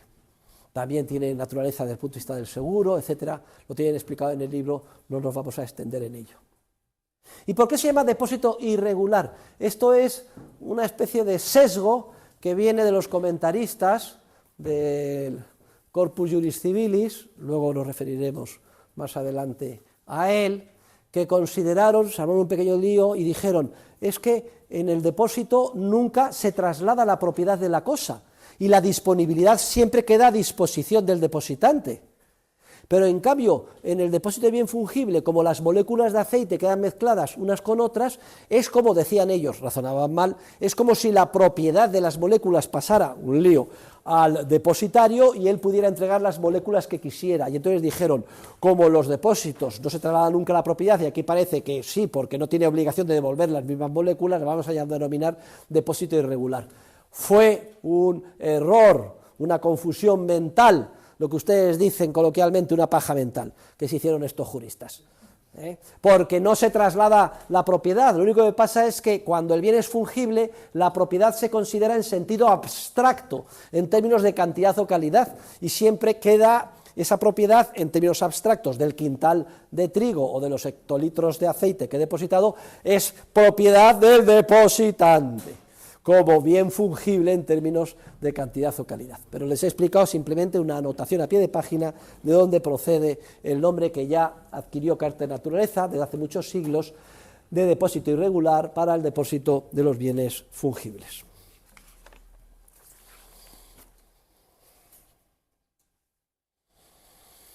Y ahora vamos al depósito del bien fungible por naturaleza, por antonomasia, que es el dinero. Poderoso caballero es don dinero, decía Quevedo. Es el bien fungible por naturaleza porque es... ¿Qué es el dinero? Bueno, hemos dedicado en el curso anterior, ustedes los que acaban de empezar ahora, se van a hacer un catch-up en el libro de Jordi Franch, pero el dinero, tomen nota, es todo bien de intercambio común y generalmente aceptado. Es la institución social por excelencia. Surge de forma evolutiva a lo largo de periodos muy prolongados de tiempo, en los que determinados medios de intercambio compiten unos con otros, hasta que al final prepondera en el orden espontáneo y evolutivo y sin que nadie lo imponga desde fuera uno solo. El dinero elegido por la humanidad a lo largo de la historia ha sido este. Siempre es muy famoso y legendaria, mi moneda de oro, démela. Está toda más. A base de tirarla año tras año, y la tiro para que ustedes oigan y se acostumbren al ruido del oro. Es mi onza de oro. ¿Saben a cuánto cotizaba esta mañana? Más de $2.000, la onza de oro. 1.700, 800 euros, esta cosita. Y esto es lo que la humanidad, de forma evolutiva, a lo largo de la historia, pues eligió como dinero. El dinero no es resultado de un acuerdo social, no es resultado de una imposición del Estado, surge solo y de forma espontánea, resultado de la perspicacia y creatividad de unos pocos, una vanguardia de la humanidad que se da cuenta antes de los demás, que consigue mejor sus fines y a cambio de lo que tienen piden no lo que necesitan, como se sucedía en los albores de la historia, en forma de trueque, sino un bien que se dan cuenta que es objeto de intercambio con más frecuencia en la sociedad en la que viven. Y da lo mismo que fuera trigo en Egipto, cabezas de ganado en Mesopotamia, granos de cacao en la América precolombina, etc. Y en la medida en que ellos, a cambio de lo que entregan, piden eso, se dan cuenta que luego les es más fácil encontrar a alguien que tenga lo que ellos necesitan, entregándole ese bien que es intercambiado con más frecuencia, por ejemplo el trigo en el antiguo Egipto de los faraones. Y entonces un determinado bien empieza a tener una demanda no solo como la que tenía, como bien de consumo trigo, sino además como medio de intercambio. No hable porque me distrae, Y en la medida en que ese medio de intercambio empieza a ser utilizado de una manera general, se convierte en dinero. A lo largo de la historia compiten unos medios de intercambio con otros y termina preponderando uno, porque conforme, es lo que se llama, es una especie como de economías de escala, ¿no? Son los efectos red, conforme más gente utilice un medio de intercambio, mejor cumple su función como dinero. Y así asintóticamente hasta que al final solo prepondera uno. Y en los albores de la revolución industrial y el sistema capitalista y hasta la Primera Guerra Mundial, el dinero en todo el mundo y sin que hubiera bancos centrales ni legislación que lo impusiera, etcétera, era el oro. Esa es muy brevemente explicado qué es el dinero, que además digo es la institución social más importante por excelencia, porque permite multiplicar exponencialmente los intercambios, que son las relaciones humanas, las interacciones humanas, y es en esas interacciones donde se va depurando el lenguaje, el derecho, la moral, el resto de las instituciones sociales. Claro, estamos tan acostumbrados a utilizar dinero que damos por supuesto que esto siempre está ahí o que, pues no, ha surgido y los economistas estudiamos y de qué manera y de forma evolutiva. Solamente en los últimos minutos de la historia, Papá Estado llegó y nos expropió nuestro dinero a todos los ciudadanos del mundo y lo sustituyó por papelitos. Vamos a explicar y estudiar en extenso por qué hicieron tal cosa. Pero es lo que estaban buscando. Llevaban siglos buscando una tan ansiada piedra filosofal, el mito del medievo, con la que frotando todo se convertía en oro, porque lo que quiere el gobernante, ¿qué es? Financiar ejércitos, guerras, genocidios, poder, hacer palacios, comprar votos, y claro, con el oro resulta que para sacar un poquito de oro, en Sudáfrica tienen que bajar, señores como este señor, 2 kilómetros para sacar una pequeña pepita de tierra, y entonces de oro, una pepita de tierra moviendo toneladas y toneladas de oro. Hay una limitación para la capacidad de gasto ilimitado que quieren los gobernantes, y entonces que lo quitaron y dijeron, bueno, como chin, chin, chin, chin, chin, chin, imprimir papel moneda es mucho más fácil, nos lo expropian. Nos quitan el oro, establecen unas leyes de curso legal o forzoso, nos obligan a aceptar esto, y así hasta ahora. Y así se explican las guerras mundiales, los genocidios, Hitler, Stalin, Juan Domingo Perón, el Banco Central Europeo, la hiperinflación argentina, etc. Es así, no piensen ustedes que es de otra manera. Pero la historia es un poquito más compleja, de por qué nos sustituyen y cómo se llega al papel moneda.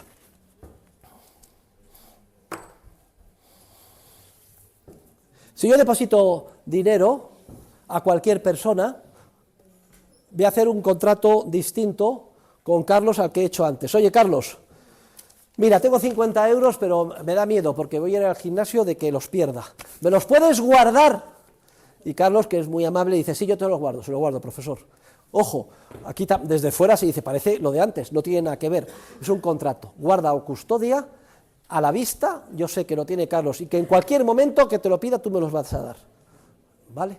Y Carlos tiene la obligación de guardar los 50 euros. Pero ojo, no los 50 euros con el número.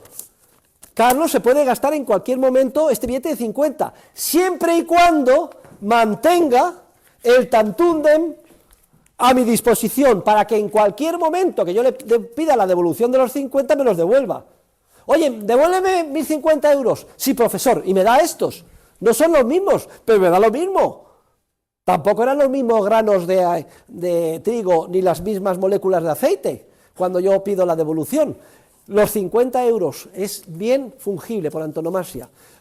¿Los cuento? Sí, 50 euros, muchas gracias, me los has guardado muy bien. Él podrá gastarse los 50 euros que yo le dan depósito y hacer con ellos lo que quiera, siempre y cuando en todo momento mantenga en su cartera 50 euros a mi disposición. De la misma manera que el dueño de la almazara podrá entregar las moléculas del aceite que yo deposité, siempre y cuando, a otro, siempre y cuando para mí mantenga siempre el equivalente en moléculas, en cantidad y calidad, al aceite que yo deposité, aunque las haya depositado otro. Y lo mismo con el trigo, y así sucesivamente. La causa del contrato en el depósito es la guarda o custodia. No hay traslado de disponibilidad de la cosa, está prohibido que la persona que lo recibe en depósito la utilice para sus usos particulares, comete un delito de apropiación indebida.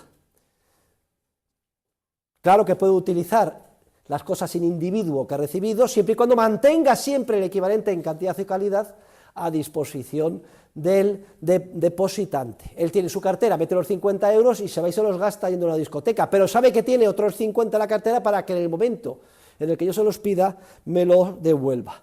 No hay plazo porque el contrato es a la vista y no hay intercambio entre bienes presentes y bienes futuros porque no hay tal cosa, siempre está la disponibilidad presente a favor del depositante y por tanto no hay interés.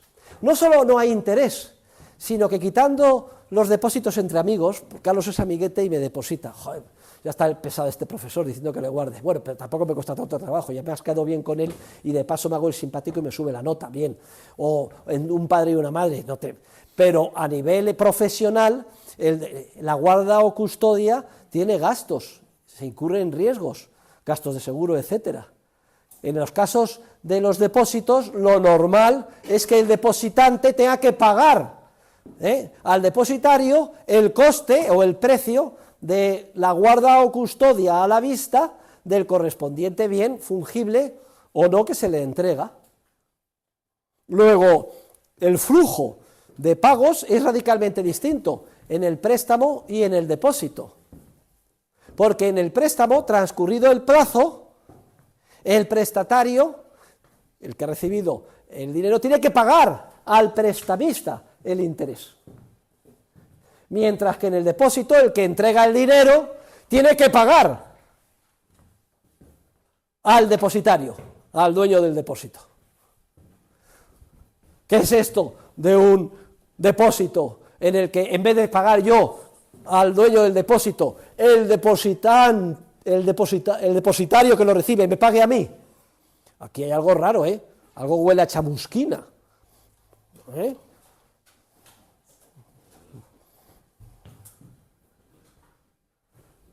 ¿Qué dice el bueno de Luis Sarabia de la Calle? Me adelanto en un poco, lo habrán leído ustedes en las lecturas, que lo dice con una gracia. Dice, esto de que no se pague al depositario, es decir, al dueño del almacén o de la almazara, o al que recibe el dinero en depósito, que a los que reciben dinero en depósito profesionalmente se le llaman banqueros. ¿Qué es esto de que no se le pague al banquero por el depósito, sino que el banquero te pague a ti? Esto es un poquito sospechoso, ¿no? Algo raro debe estar pasando ahí. Y por un ejemplo, dice, como el que entrega su hija doncella al lujurioso. Oye, yo te voy a entregar en depósito a mi hija. Lo van a leer en Sarabia de la Calle, porque es que es tronchante. Mi hija es doncella, y lo que más valoro es su integridad. Entonces, por favor, cuídamela bien.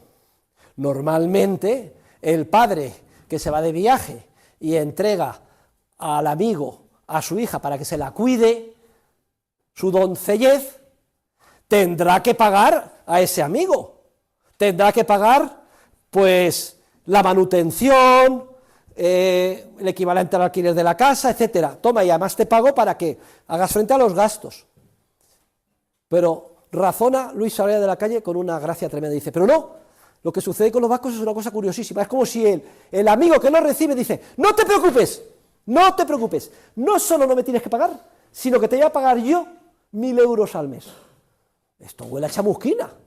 ¿Cómo es eso? Dice Luis Sarabia de la Calle, que en vez del padre pagar al amigo por el esfuerzo, trabajo y costas de recibir en su casa a la hija, sea el amigo el que pague al padre 1.000 euros al mes.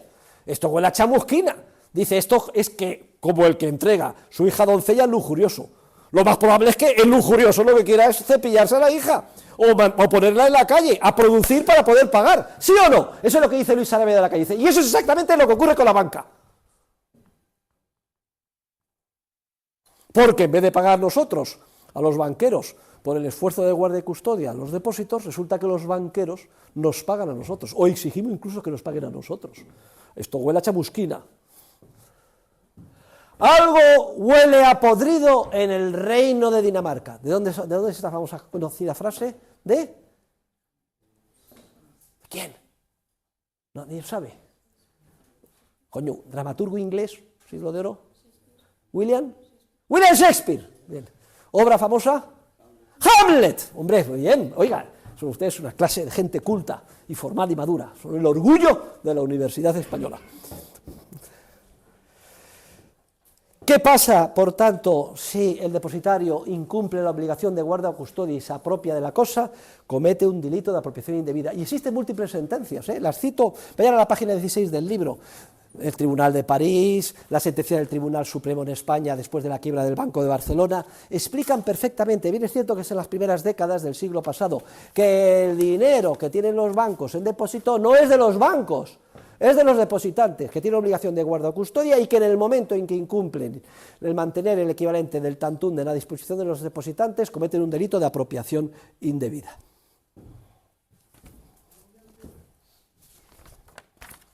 Y yo les rogaría, para terminar la clase de hoy, que vayan todos a la página 23, porque en la página 23, cuando les pregunte, en la página 23, cuando yo les pregunte el epígrafe que va a caer en el examen, que son las diferencias entre el contrato de préstamo y el contrato de depósito, en este cuadro de la página 23 tienen resumidas las diferencias esenciales, clasificadas en 3 diferencias de contenido económico, que hemos comentado juntos, y 3 diferencias de contenido jurídico.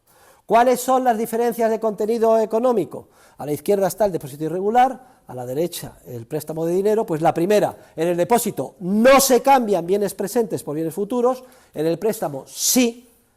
Segundo, en el depósito existe una disponibilidad completa y continua a favor del depositante, en el préstamo no, la disponibilidad se traslada enteramente al prestatario y la pierde el prestamista. Y en tercer lugar, en el depósito nunca hay intereses, porque no hay cambio de bienes presentes por bienes futuros. Siempre el dinero o el bien fungible está completamente disponible a favor del depositante como bien presente. Mientras que en el préstamo de dinero sí se suelen pactar, es lo más normal en el mercado, intereses, pues hay un intercambio de bienes presentes por bienes futuros. ¿Y cuáles son las diferencias de contenido jurídico? En este cuadro recapitulatorio, que les valdrá a ustedes como regla mnemotécnica, es lo primero que me tienen que poner al contestar esta pregunta, y luego lo van rellenando los correspondientes puntos. El punto número 1 de contenido jurídico del depósito es que el elemento esencial es lo que se llama la causa del contrato, llaman los juristas. La causa o elemento esencial del contrato es la guarda o custodia del tantunden, del equivalente en cantidad o calidad, que siempre ha de mantener ahí vivo y esperando para que en cualquier momento, no se sabe en qué momento de la noche o del día, nos pidan la devolución. Mientras que en el préstamo la causa esencial es precisamente el traslado de la disponibilidad de la cosa para que la use el prestatario. Segundo punto, el del plazo, insistido hasta la saciedad. En el depósito no hay plazo de devolución porque el contrato es a la vista. Incluso esto se ha extendido esta terminología en el tráfico económico, se habla de un depósito a la vista, bancos, depósitos a la vista, en inglés, sight or demand deposits, depósitos a la vista o a demanda en cualquier momento, mientras que en el contrato de préstamo se fije un plazo, porque es necesario para saber cuándo hay que devolver lo prestado y para calcular y pagar los intereses correspondientes. Y por último, respecto de la obligación, esto es muy importante. En el caso del préstamo, la obligación es, transcurrido el plazo, devolver la cosa con los intereses. Pero ¿cuál es la obligación en el caso del depósito? La obligación es mantener siempre íntegramente el equivalente en cantidad o calidad a disposición del depositante. Y esto en el ámbito del bien fungible por naturaleza, que es el dinero, y en el ámbito de los depositarios profesionales de dinero, que se les llama bancos, significa que han de mantener siempre un coeficiente de caja del 100%. Es la primera vez que llegamos a esto. Es clarísimamente. ¿Qué significa un coeficiente de caja del 100%? Que el que recibe en depósito dinero tiene que mantener siempre el equivalente al dinero recibido, no exactamente los mismos billetes, pero el equivalente a disposición de sus depositantes.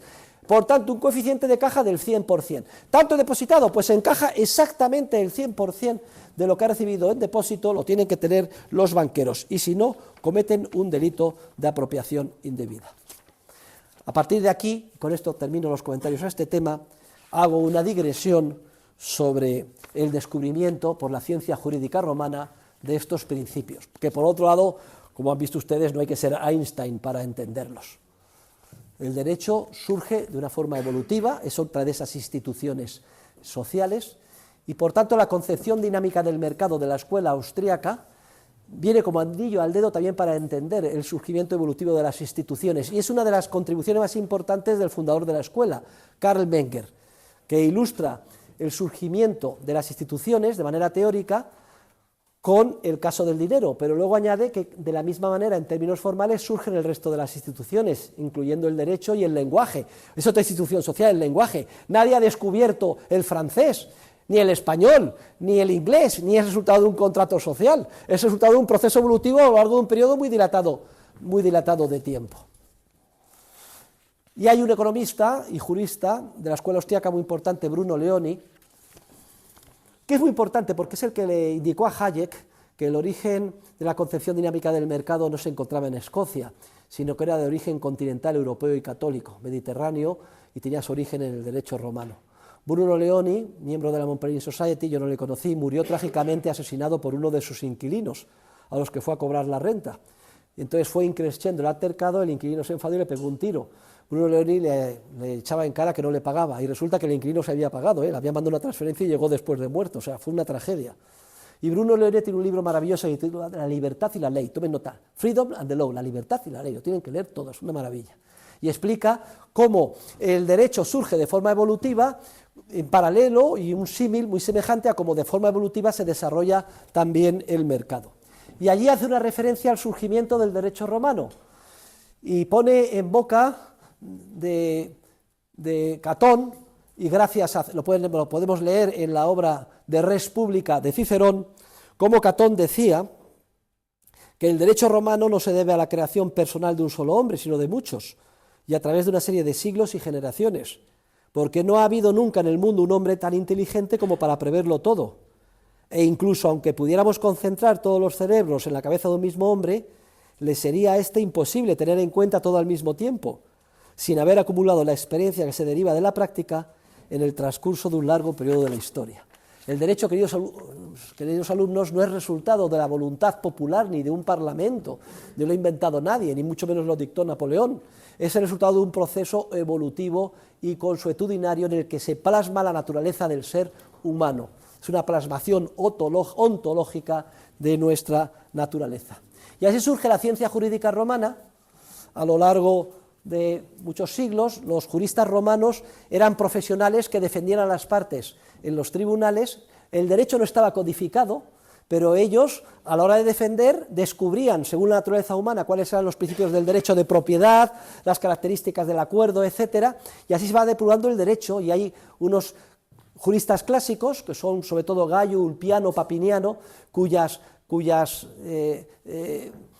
opiniones pues adquirieron en la práctica fuerza de ley, porque los jueces pues decidían en función de las opiniones de estos juristas y aplicaban la opinión mayoritaria, y si había equivalencia y había que tres decían una cosa y tres otra, pues siempre preponderaba la de Papiniano, y así se va formando y descubriendo el derecho, y no es un derecho escrito, hasta que muy tardíamente a lo largo de la historia, un emperador de la parte oriente del imperio, Justiniano, temeroso de que los bárbaros acaben con el imperio y se olvide el derecho, manda a ponerlo por escrito, pero eso fue en el siglo VI, no estaba por escrito, igual que no está por escrito la Constitución del Reino Unido, ni falta que hace. Lo de las constituciones escritas es el fruto de la fatal arrogancia del ser humano. ¿Qué es eso de poner una relación de derechos humanos? Entonces te olvida alguno. No, es absurdo. Y entonces lo pone por escrito, que es el Corpus Juris Civilis, se llama así desde el siglo XVI, tiene diferentes elementos, el más importante es el digesto, y ahí están todas las opiniones de estos jurisconsultos de hace 2000 años. Y eso del código napoleónico es una mentira. Napoleón, que ¿ha visto ustedes la película de Napoleón? Joder, cómo disfrutan las masas cortando la cabeza a María Antonieta. Pues eso de que Napoleón era muy listo y dictó el código napoleónico, mentira. Lo que hizo fue dictar el digesto del Corpus Juris Civilis, con algún pequeño cambio. Y de ahí vienen el resto de los códigos. Luego se plasman por escrito, hay un debate muy grande entre los codificadores y los jurisconsultos romanos, Jering y compañía, que defienden el derecho consuetudinario como una plasmación del espíritu del pueblo, y así llegamos hasta hoy. Lo digo esto para que no piensen ustedes que el derecho con mayúsculas procede del Parlamento, que no, señor, procede de nuestra naturaleza, y lo que hacen los parlamentos en muchas ocasiones es prostituirlo y corromperlo con gran perjuicio de la humanidad. Y en la última parte del tema tienen ustedes las 4 o 5 opiniones, vamos a pasar muy rápidamente y con eso terminamos la clase, de estos jurisconsultos, que son los primeros que descubren la esencia del contrato de depósito y su diferencia con el contrato de préstamo. Por ejemplo, tomen nota, página 33, a partir de la 10ª línea, Ulpiano, ya clarísimamente, en el título 5 del libro 17 del digesto, dice que una cosa es dar a crédito y otra depositar. Y dice que cuando un banquero quiebra, tiene derecho preferente inmediatamente los depositantes. Hombre, como que tiene que tener el depósito, y que luego, si alguien ha prestado algo al banco, irá con el resto de la masa de la quiebra. Vamos a la página 31 del digesto. Dice que cuando un depositario no devuelve el depósito es delito de apropiación indebida, él lo llamaba delito de hurto. Dice, ¿qué es la apropiación o el hurto? El apoderamiento fraudulento de una cosa para realizar lucro, ya sea de la misma cosa, su uso o posesión, lo que por ley natural está prohibido hacer, apropiarse del depósito.